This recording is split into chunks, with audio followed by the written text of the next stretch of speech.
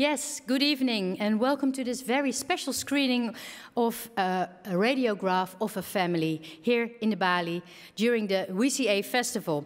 After the film, we will talk with two very special guests, director Firouzeh Khosrovani, who is with us via Zoom from Iran, and Mrs. Oetra Gopal. She is here in the Balie, and we will talk about one of the main themes in the film, marrying someone you don't or hardly know, and its effect.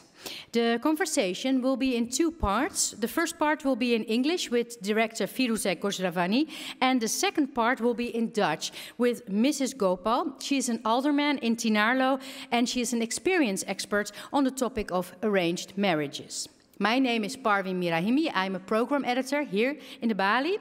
And at the end of this talk, we all will have a room for questions to Firouzeh and Mrs. Gopal. So please all stay seated after the film.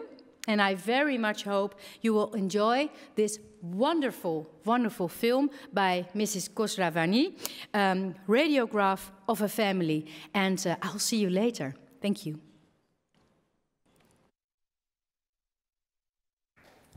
Yes, welcome back, everyone. I'm very happy that you are all still here. I will talk to the camera and to Firouzeh, who is in Iran with us today. But after our questions, there will be room for your questions here in the Balie. Welcome back, Firouzeh Khosrovani from Iran and Oetra Gopal here in the Balie. This film has won many important international awards and also won the prize for Best Feature-Length Documentary at Documentary Festival IDFA, as well as prize for Most Creative Use of Archive Material. So, I would like to welcome again my two guests via Zoom, Firouzeh Khosrovani, and present with us tonight also Oetra Gopal from the far north of the Netherlands, Tynaarlo, an alderman there. Firouzeh, in your work you have a strong focus on power relations, friction between tradition, modernity, and a focus on the female experience. And Oetra Gopal, in your work as an alderman, you focus on youth, art and culture, and you are strong against domestic violence. In recent years, you have spoken out in the public debate against forced and arranged marriages, one of the things you did, and you're speaking from your own experience. So, Firouzeh and Oetra, very, very welcome. You here in the Balie, very welcome. Firouzeh, because the conversation is in two languages, we start with you in Iran. You've made several films before this film. And the position of women is always a theme in these films. Did you work towards this film? Did you always know that you would eventually make a film about your own situation and history? Or is that something that arose as your work and your oeuvre progressed? Hi, thank you for coming. And it's my pleasure to present my film at the Balie. Yes, this film was a lifetime project for me. I was thinking to do this film at the right moment because it was a film that I didn't want to do like 10 years ago. I wanted to have enough distance with the past and then do it.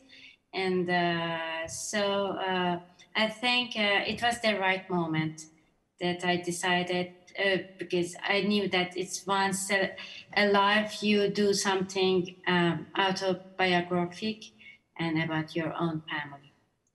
How long did you work on this film? How long did it take to make this beautiful work of art? Many years, like 4 years of working, searching materials was a long procedure. Writing the speech and also designing the shooting scenes. It was a difficult film, very challenging and very. really experienced the deepest sufferings, challenges, and also pleasure during the years of making this film. Can you, if you want, can you tell us a little bit about the hardest part, the biggest suffering in your own words? Where was that in this process? Seeing all the material, going through all the 60 millimeters, or the pictures, or can you tell us a little about the pain? Yeah, and finding the way of storytelling, because I wanted to use the raw materials of my life to make a cinematographic work. So I need to have the dramatic arc of the storytelling, and I made it by many times of writing in different ways. First with just the narrator voice, so the narration of first person. Then I added the dialogues and writing the dialogues which are fictionalized, and so it took a lot of time, but I'm happy that I went through all the difficulties to make this film. Would you think, before we go to the film itself, would you ever make such a film again, like this, personal, about your own history, about your own story? Would you ever do it again? I think that I keep continuing to do personal essays linked to topical essays. That is my way of my subject of interest, to do something that from individual to collective, individual experience and collective experience. But I think this film is more about directly about my life, my life experience, my childhood memories, my observations, my imaginations. And I think the part of a kind of auto-analysis, it was also a kind of therapy for me. So it was a hard project, but this is very interesting, Firouzeh, because you say it was also kind of therapy, and you use the words memory and imagination. How much of what you could remember did you find in all the footage? You had all these pictures, all these archive material, the videos. Did it correlate to your memories, or was it different from what you could remember from when you were a child? I had my main idea was using the photographs of our family albums, and just using all these variety of pictures was telling a story of how come all these different situations happened in one family. Yes. So that was very matched with the story of with the big history. So what has happened outside home. So I was trying to find the reflection of what was happening in the Iranian society in our country, and the reflection of that inside our family. So through a microcosmos of one family explaining the reality of a country.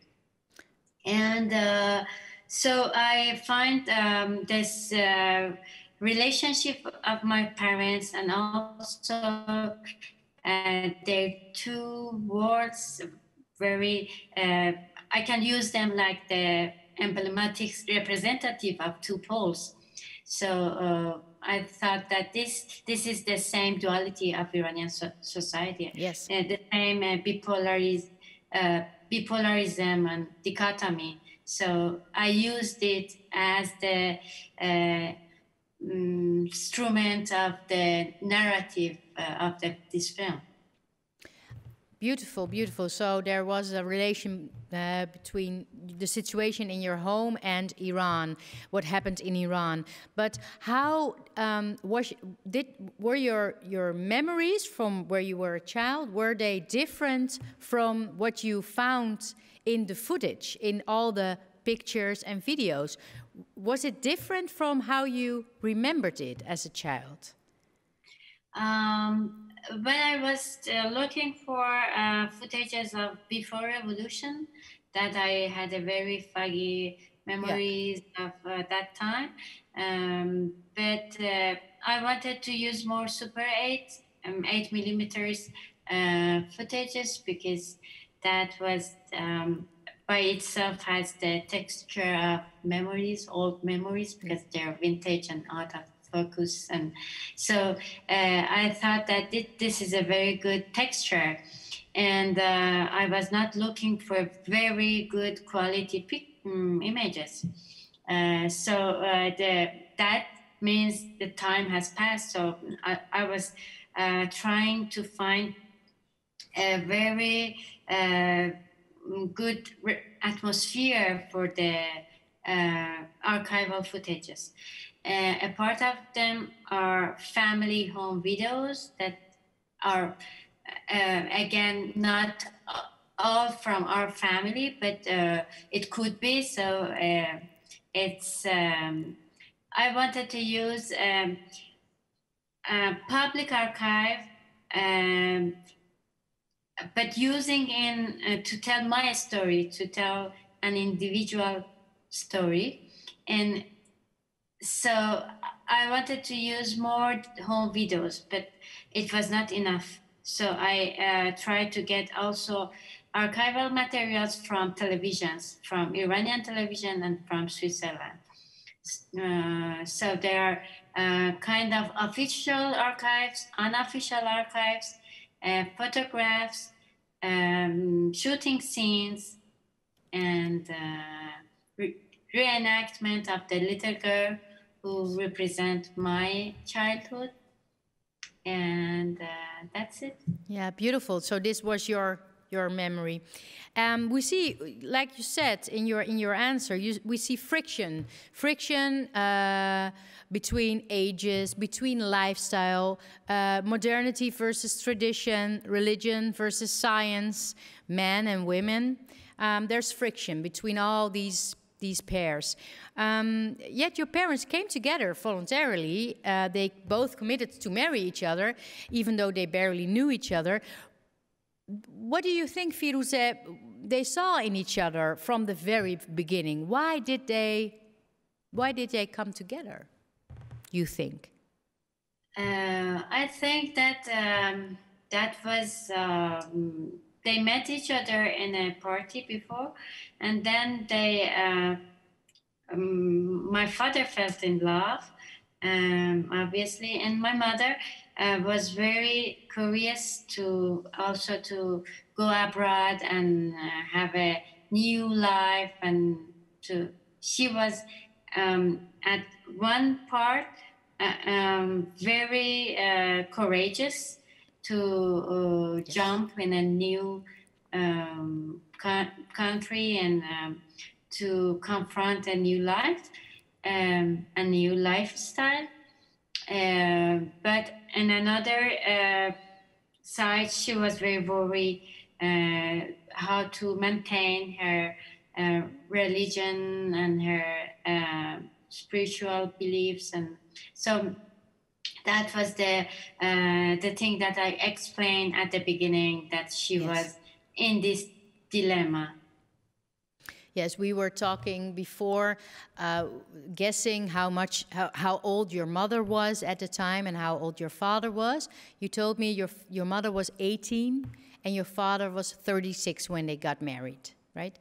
Your mother initially turned inwards to the familiarity of her faith, of tradition, of her family, of Iran. But we see that gradually she becomes more and more the woman she thinks she is, very outward looking, active in society. Do you think she would have taken on these roles, head of a school, she's a soldier, an activist, if she had been in a more equal marriage, if she found more peace and quiet in her home situation, in her family? Do you think, as far as you can fill this in, of course, but do you think she would have been this outwards if she would have been in a more equal relationship? I don't know. What do you mean for non-equal relationship? I mean, well, I mean, he was older. He was different. Your father had a different lifestyle. She didn't correspond with that. So do you think she chose another path? She chose religion, faith, tradition, fighting for her beliefs. Do you think she would have chosen that way, that path for herself, if her marriage was different? It's difficult to imagine, who knows, but maybe if she married a person who was a believer in and practicant in Islam, and he was a religious person, maybe she would not become so radical in her religiosity. That's what I mean. Yeah. And her becoming more revolutionary. Yeah, but that explains another thing, that if my mother felt out of place in Switzerland, as well maybe in Iran before revolution, that was not far from Switzerland, that we have seen the images of Tehran that was parallel. The town was trying to modernize itself with the last years of the that was the birth book of Iran. And so the religious and the traditional families felt out of place in that era, in that time in Iran. Yeah, in that time, and in public spaces, they didn't feel at their ease. And so after the revolution, this part of the society, which still exist, and they existed always, they found themselves, their identity. My mother found her professional and social identity, and so it was their turn to feel at their ease in the society. And you live in Iran, and you studied in Italy, you live in Iran, you live together, sort of together, living apart together with your mother at this moment. Do you talk about these things with her? Maybe did she see this beautiful film? Can you talk about your history with her, about your shared history, about your family with her? Yeah, she likes very much the film.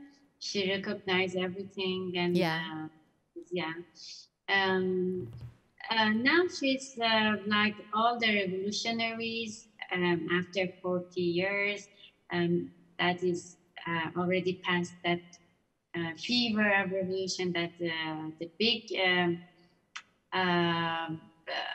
ideas and values of revolutionaries is a little bit fade out, and it's the history of all ideological revolutions after some decades could change and could.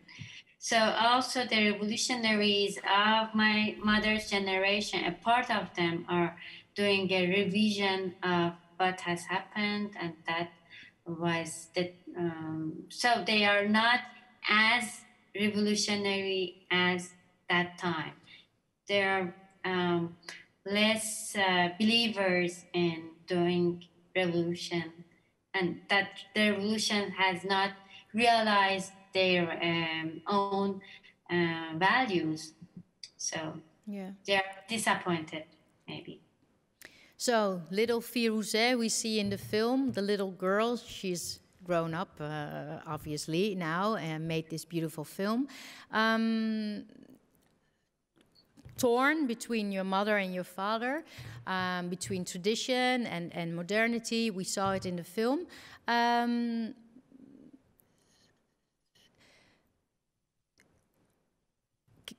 I don't know how to say it, but do you believe that this was an arranged marriage, or do you think it was a? Do you think it was an?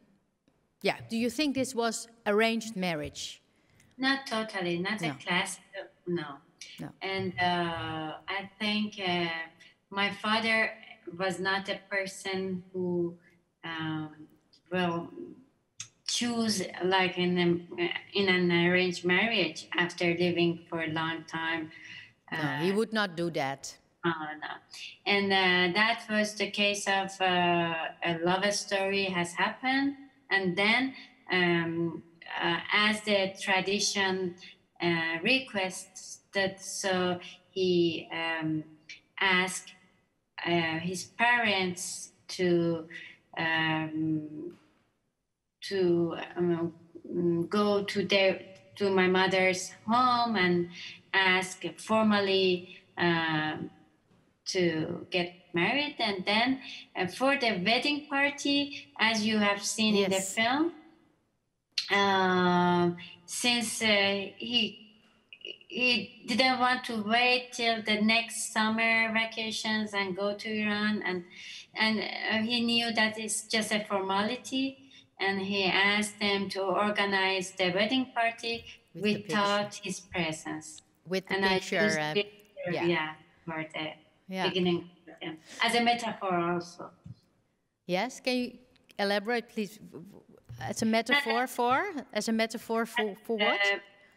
My mother married my father's photograph, so that image, and then we are going to have many images that. So the film is with the pictures. Yes. Marrying an image, a photograph.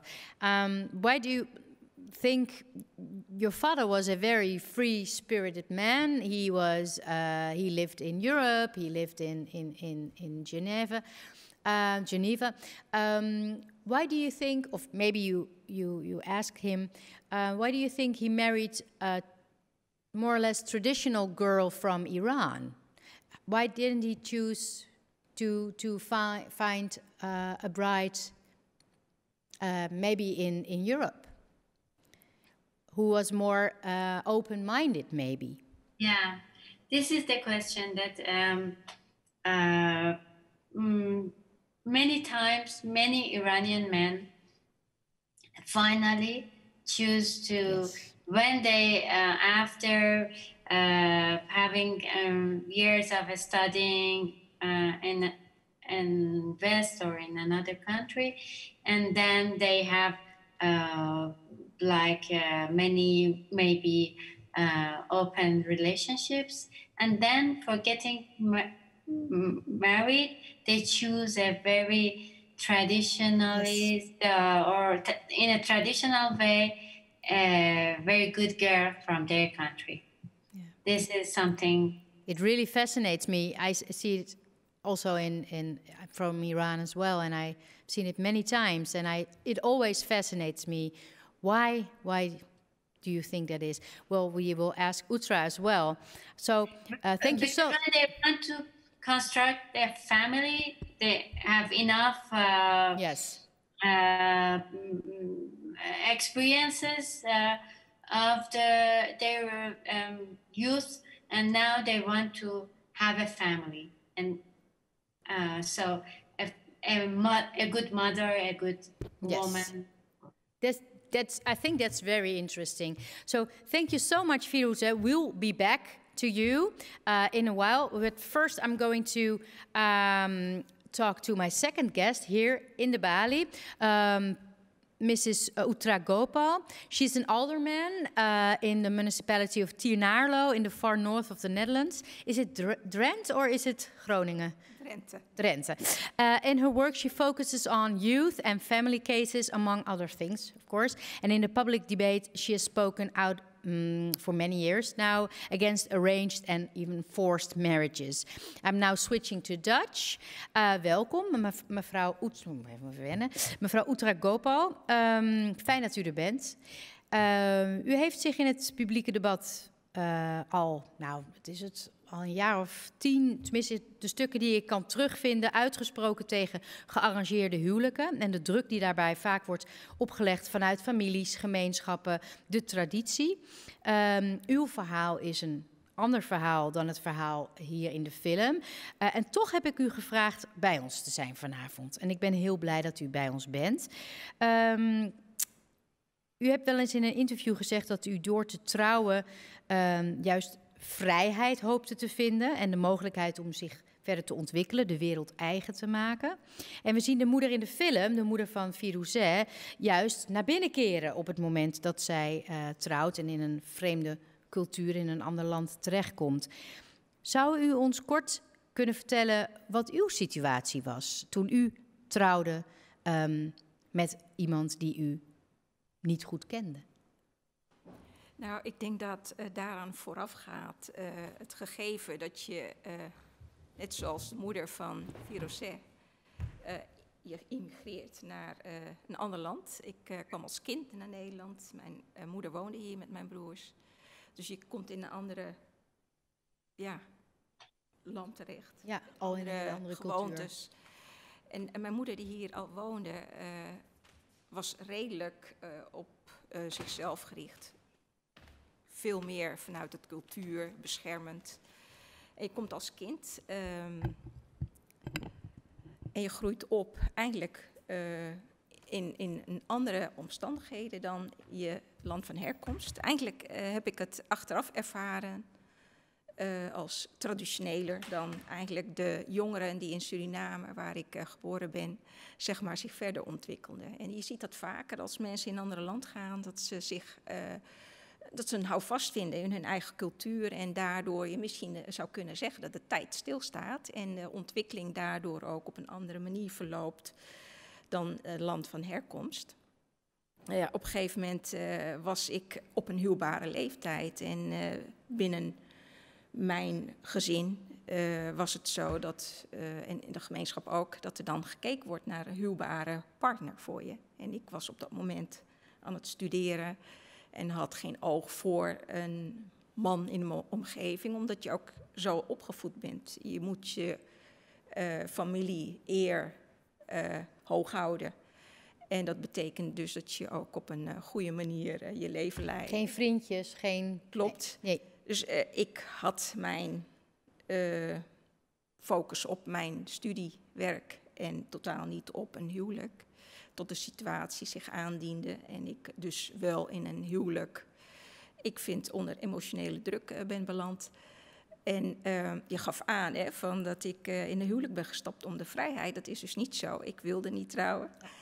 En onder omstandigheden daarin beland en hoopte wel dat ik, gegeven het feit dat ik in de thuissituatie weinig vrijheid kende, dat ik meer mijn vrijheid zou kunnen vinden als ik onder de vleugels. Het huis uit. Ja. Onder de vleugels van mijn moeder vandaan zou komen. Dat bleek niet het geval, omdat ik een partner kreeg die redelijk traditioneel was opgevoed. Dus ook in het huwelijk redelijk traditioneel zat. En in die zin zou je kunnen zeggen van tegenpolen, ja. Wat Firouzeh schetste in de documentaire. En ik denk dat als je een vergelijking zou willen maken, dat je dan zou kunnen zeggen dat in relaties, of je nou gearrangeerd of onder emotionele druk of uit vrije keuze een relatie ingaat, dat je bewust moet zijn van je eigen ruimte die je wilt in een relatie, naast de gezamenlijke dingen die je wilt doen. Dat je respect hebt voor elkaar, dat je je verplaatst in de wensen, de behoeften, de perspectief die een individu heeft voor zijn of haar eigen toekomst. En dat je daarin een weg vindt samen. En die kon ik niet vinden met mijn ex-partner. Sowieso dank voor deze openhartigheid. Nogmaals, de situaties zijn een hele verschillende, hè? Heel ander land, andere cultuur. Maar toch wil ik u vragen, toen u de film zag, u heeft de film nu 2 keer gezien, voelde u toch verwantschap in de situatie? Waren er dingen waarvan u dacht, ja, maar dit is misschien wel universeel, of dit is wat er gebeurt, of dit is wat ik ten eerste, wat Firouzeh eigenlijk aangaf in zo'n film, komen natuurlijk heel veel sociale, maatschappelijke en persoonlijke vraagstukken voorbij. Het is indrukwekkend de manier waarop zij zo'n documentaire gemaakt heeft. En het heeft mij heel erg geraakt, emotioneel ook, omdat je ten eerste ziet het begin van een huwelijk met een foto. Ja. En dat je je afvraagt van hoe ga je een verbintenis aan? Het is de mooiste dag van je leven, zoals ik daarnaar keek. En dan trouw je via een foto met een man die op afstand zit. En dan denk ik, het is een start van een relatie waarbij ik denk, hoe is de emotionele verbintenis? Ja. En wat is zo'n begin van betekenis geweest in de verdere relatie? Ja. Hoe goed ken je elkaar? En na die 3 maanden. Zou u zo vrij willen zijn om die vraag te beantwoorden? Wat denkt u? Nou, kijk, Hoe denkt u ik vind het altijd lastig om te oordelen. Ja. Want ik vind dat Firouzeh de documentaire heel mooi gemaakt heeft zonder te oordelen over haar moeder, haar vader. En ze heeft het heel erg liefdevol gemaakt. En dat is heel respectvol, vind ik. Ja, absoluut. Knap. Ze gaf zo net aan in de interview dat het ook een soort therapie is geweest voor haar. Ik heb meerdere keren ook wel meegewerkt aan programma's en debatten over uithuwelijken. En voor mij, ik herkende dat daarin ook, het praten erover heeft op een gegeven moment ertoe geleid dat ik een hoofdstuk kon afsluiten, een plek kon geven en verder kon gaan en los kon komen van verschillende ervaringen in mijn leven. En kon ik de hoofdstukken afsluiten. Ja. Dus ik kon het ook plaatsen, dat zij van de documentaire gemaakt hebbende, dat ze het ervaart als therapie, dat ze het een plek heeft kunnen geven. Dat kon ik plaatsen. Wat ik indrukwekkend vond is haar rol als kind. Dat ze als verbindende factor tussen 2 volwassenen, 2 werelden aan elkaar verbond. Maar ook probeerde de vrede in huis te bewaren als het ging om de rol van haar moeder in de revolutietijd. Ja. En hartverscheurend was op het moment dat zij vertelde dat ze achter het raam keek naar de foto's die verscheurd werden en eigenlijk een stukje verleden uitgewist werd. En dat ze als kind het uit de afvalbak haalde en het ging reconstrueren. Ja, prachtig. En je zag dat aan het eind weer terugkomen. En dat is hartverscheurend. Ik heb ook 2 kinderen. En dan ga je ook natuurlijk nadenken van, wat heb je nou als ouder in een relatie gedaan om je kinderen zo min mogelijk schade te laten lijden onder datgene wat je als volwassen doet in een relatie. Dus dat raakte mij ook heel erg emotioneel. Kan ik me voorstellen. Ja. Ja, u werkt ook, u maakt dergelijke situaties mee. U bent in uw gemeenschap, dat is een kleine gemeenschap in Drenthe, in Tynaarlo. Dus u maakt ook veel gezinnen mee, u werkt met gezinnen. Stelt u nou voor dat u dit gezin zou kennen bij u in het dorp. Hoe zou u hen mogelijk kunnen helpen? Of wat zou u hen misschien adviseren of kunnen bijstaan? Of het kindje misschien alleen kunnen helpen? Je ziet natuurlijk verschillende vraagstukken die voorbij komen als wij uit andere werelddelen immigranten of nieuwkomers ontvangen. Dan probeer je ze te helpen met, zoals wij dat noemen, integratie. Dat ze weten hoe ze hun weg weten te vinden in Nederland, in de samenleving. Maar hierin zie je ten eerste dat het gaat om een vrouw die 18 jaar is, trouwt met een 18 jaar oudere man, die veel verder is in zijn ontwikkeling, een doel heeft in het leven. Zij moet haar eigen identiteit nog ontwikkelen, doel vinden in haar leven. Hoe ga je dan een nieuwkomer die in die situatie zit helpen? We hebben begeleidingstrajecten. We zetten dat in. Maar de vraag is ook altijd van, kunnen we ons verplaatsen in wat mensen meemaken, wat mensen bezighouden? Vertellen mensen openhartig of zijn ze daar zelf al uit wat hun bezighoudt? Ik denk dat Taghi, de moeder van Firouzeh, die in het film vertelt dat ze zich nooit thuis heeft gevoeld in Zwitserland, zoekende, niet erkend in haar geloof, ook door haar man niet. Als je ziet wat zij doet omwille haar man, de hoofddoek afdoet, op de foto gaat. Toch een keer naar een café, toch een keer eet, naar een café. vlees niet eet, maar dus... Er weet zo iemand, weet iemand te vertellen wat er aan de hand is. En daar moet je goed op toegerust zijn om dat vanuit verschillende culturen te... Ik hoor wat u zegt. U zegt eigenlijk, eerst moet je als gezin en als individuen in dat gezin weten waar ligt de pijn? Wat is precies het probleem waarom het niet werkt in dit gezin? Ja, en mensen die dat begeleiden, of zij in staat zijn om op een goede manier de culturele achtergronden te achterhalen of de vragen die er leven. Ja. Hoe verplaats je in en hoe haal je informatie op om te weten wat er nodig is? Ja, gearrangeerde huwelijken. Nou, huwelijksdwang is strafbaar in Nederland. 1956, volgens mij is dat zo vastgelegd. Het wordt zelfs gezien als slavernij. Hebt u het idee dat het desondanks nog vaak voorkomt in Nederland? Misschien wel binnen verschillende culturen die er in Nederland leven. Maar heeft u het idee dat dat nog vaak gebeurt? Uit de informatie die mij bereiken, gebeurt het in verschillende gemeenschappen. De Marokkaans, Turks, Afghaans, ook sommige Afrikaanse landen. Ook uit mijn gemeenschap nog hoor je dat er gearrangeerde huwelijken zijn. In hoeverre men openlijk uit durft te spreken dat het onder dwang plaatsvindt. Ja. Kijk, je hoort Firouzeh vertellen dat Hussein in Zwitserland een vrij leven heeft gehad, geproefd heeft aan het leven en zich wil settelen met een vrouw die in zijn gemeenschap eervol moeder, vrouw kan zijn. In hoeverre durf je te zeggen dat je keuzes maakt omdat dat bij je gemeenschap zo hoort te gaan.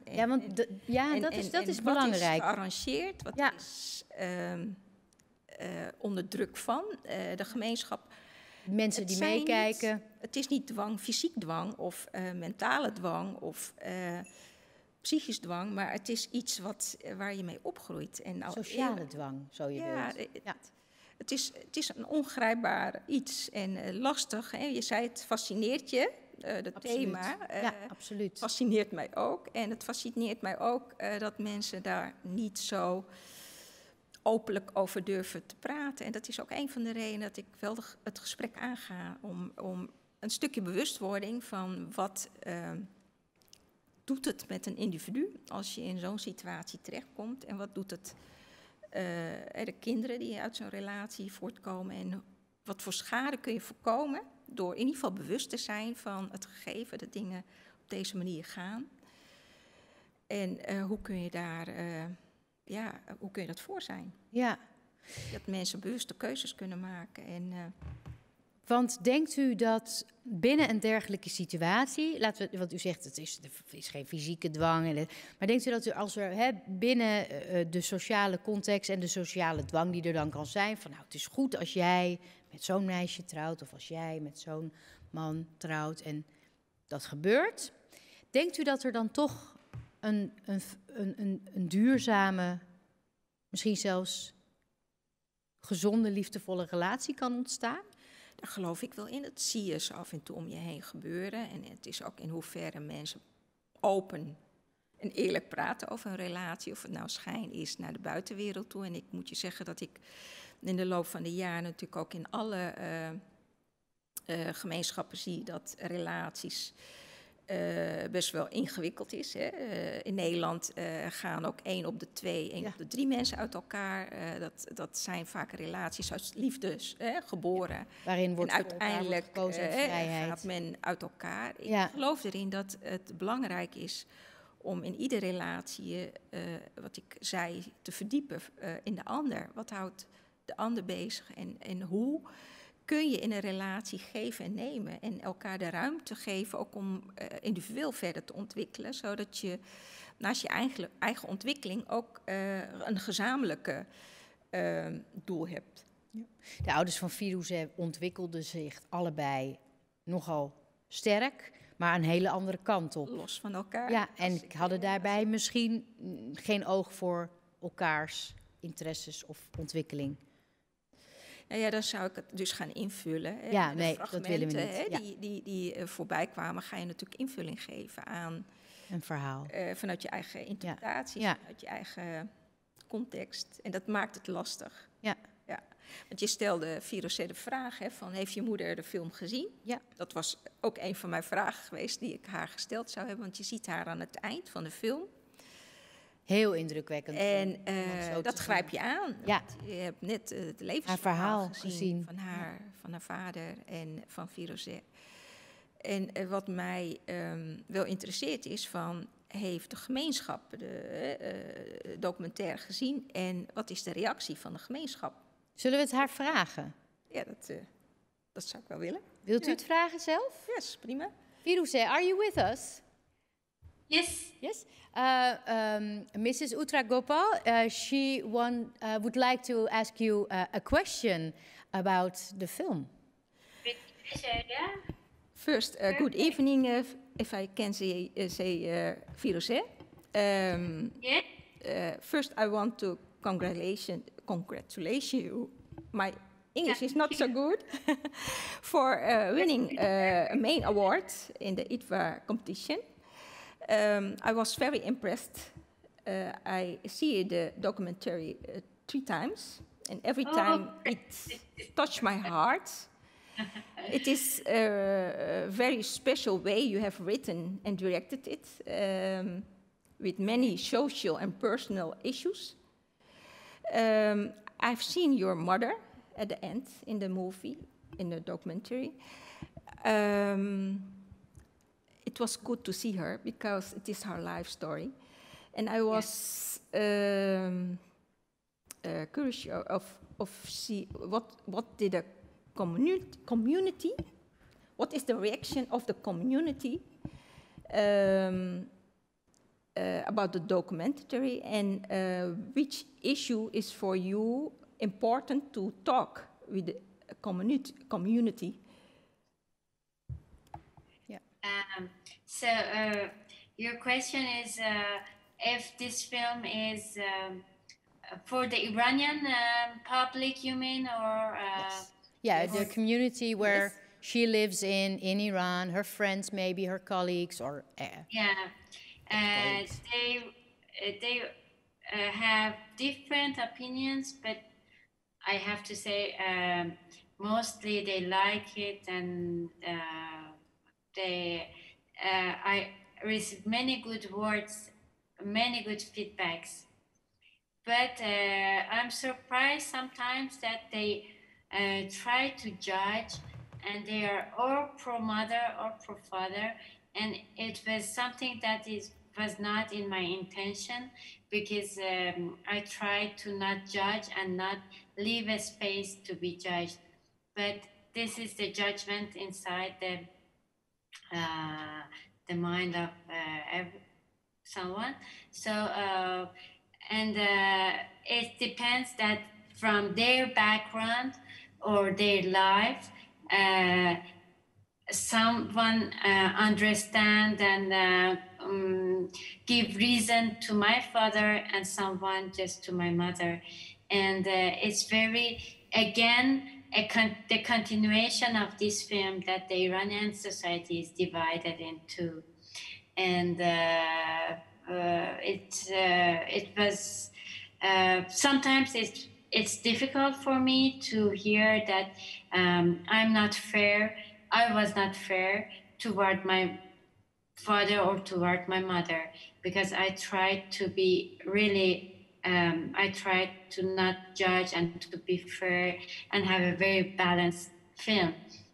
I gave the equal space in both of them. Mm-hmm. In the first part, it's my father's turn. It's his lifestyle, his time, and everything outside and inside home is in his way of thinking, in his lifestyle. And the second part is my mother's turn. It is his ideology that he have the legitimacy of her acts from outside. I mean, from the state, from the new establishment, and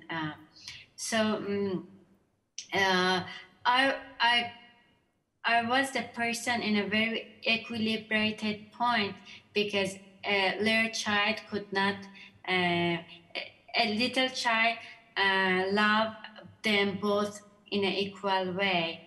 So I wanted to stay as a and have a very childish perspective toward the story. Mm-hmm. So sometimes I felt not good when I see some opinions which are very ideological, and that is the Iranian society.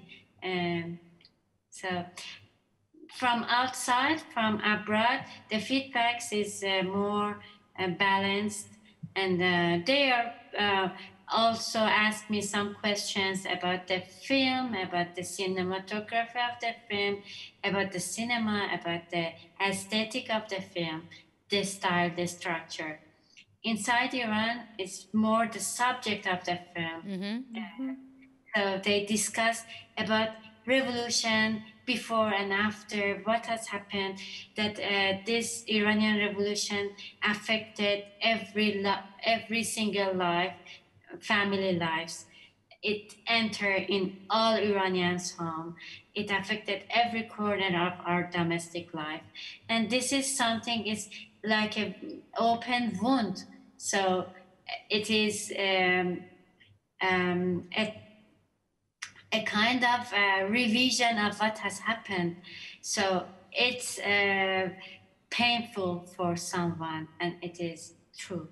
Yeah, and it's still it's going on because Iran is more inward looking every day.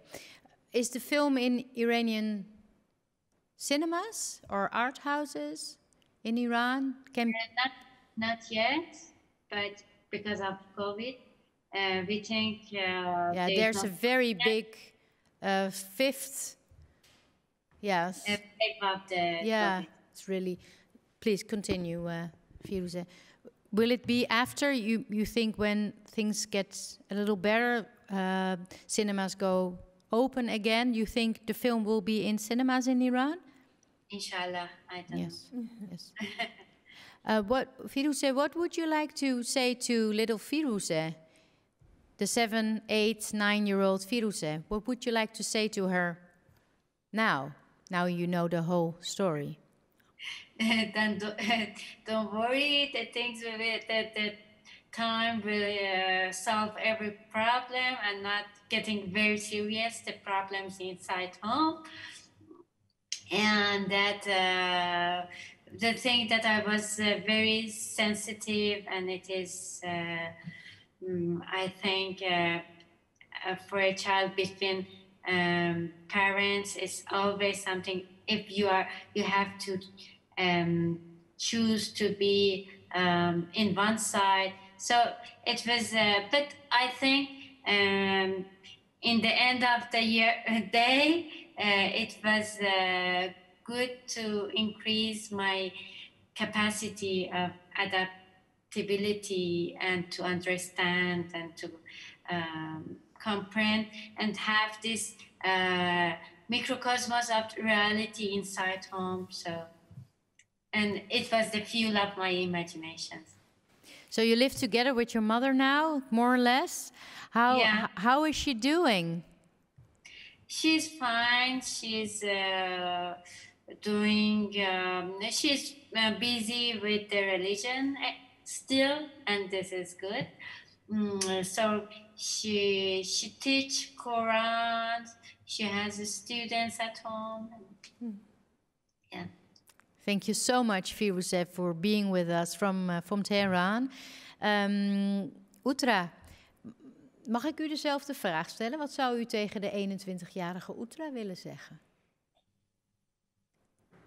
Nou, weet je, dingen gebeuren. Wat Firouzeh zegt, dingen gebeuren in je leven. En het heeft twee kanten.